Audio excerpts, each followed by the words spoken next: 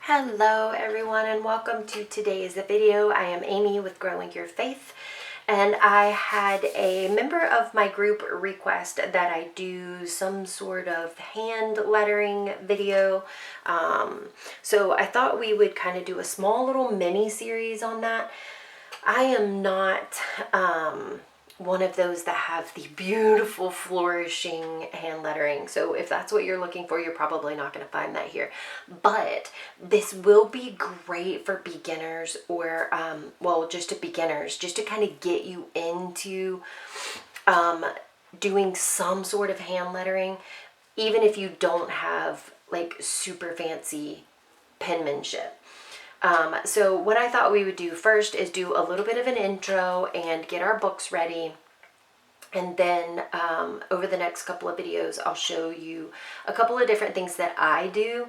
I kind of stick to a few of the same things, but it definitely makes a huge difference in my pages for my Bible study or scripture writing or anything like that that I'm posting online, or just the things that I want to do in general with anything to do with lettering.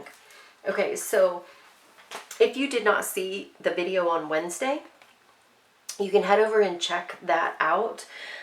Whenever I did take a hand lettering class, the lady used a big composition notebook, and that's what we used. They're super cheap and they're easy to get a hold of, so it was something really, really nice for her to choose, and you've got lots of pages in there. So this is a mini composition book, like a junior composition book or something like that. It's got the regular lines on it and everything. It's just like half the size, lengthwise, I guess. It's pretty wide. And so then what she did was she had us take 2 pages and stick them together. That way our work didn't bleed through on both sides. Does that make sense? Okay, so you can check out the video Wednesday to make your cover for yours. But today we are going to kind of work on getting the book ready.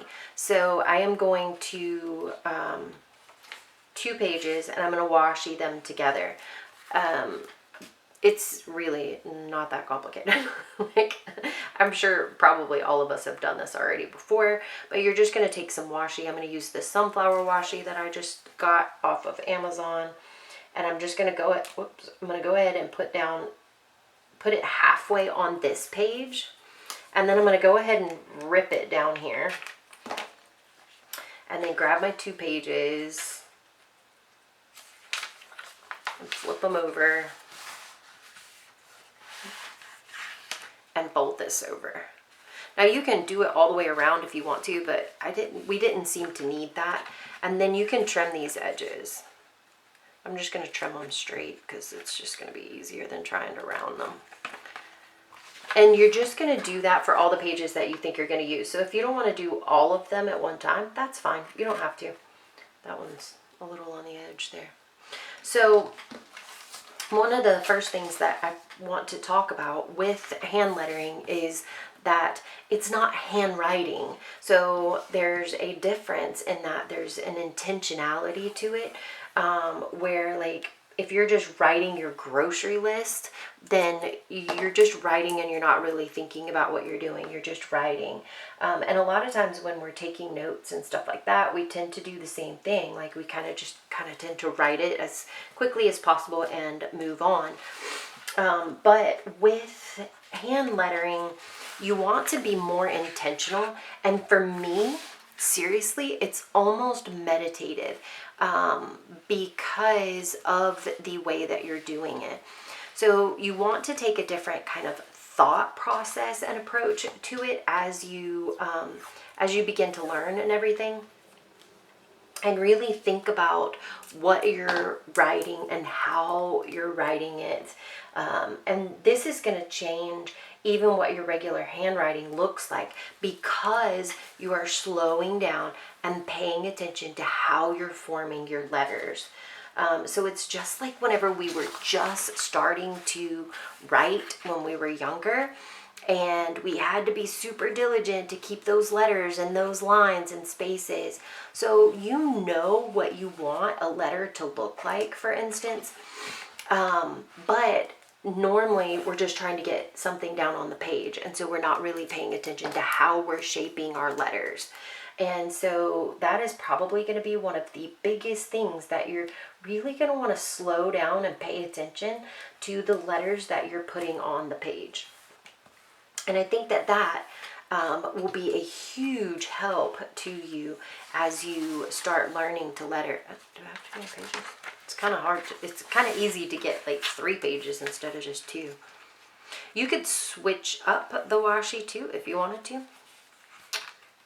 I've got a couple of these books because I think I took like 2 of her classes, and I just loved the idea so much. So you can see how that works. And look how pretty it makes the page. Like, it just makes the page pretty. I like it. I think I'm going to curve this one because it looks silly with it on that edge there. So you're just going to keep going and doing that. Thinking about like how much you want to practice and everything like that.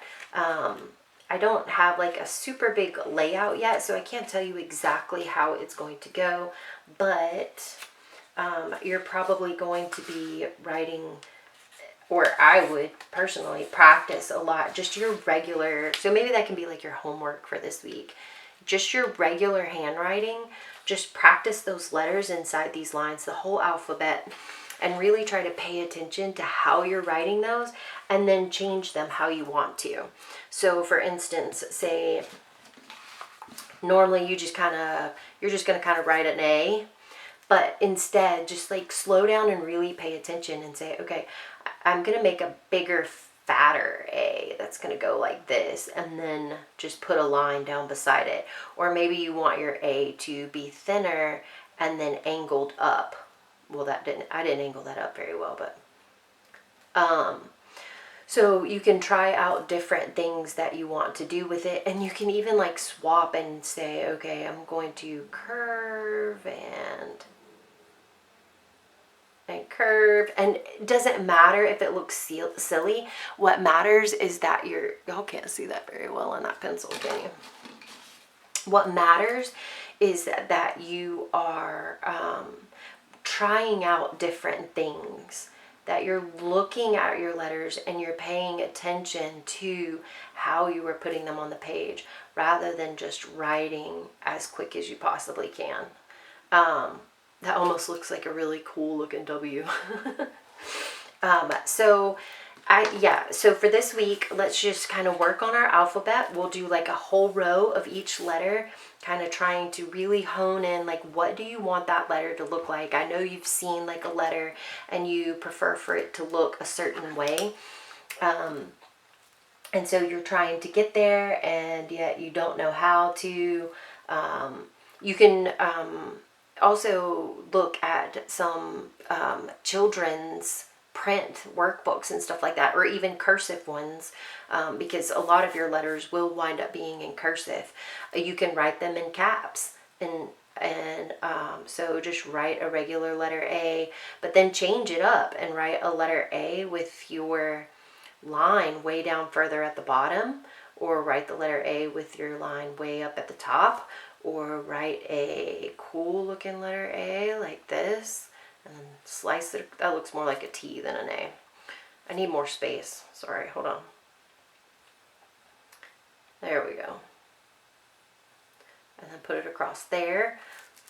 So just kind of play with your letters, and we'll just do some individual letters, work through the whole alphabet like that, and then we'll come back next week and see what we can. I'm going to try to teach you a couple of different prints that I use very regularly, that kind of just change up how everything looks on your page. Okay, so I hope this was helpful, and I hope that you're going to enjoy this little mini series, and I will see you next week. Have a great one. Bye.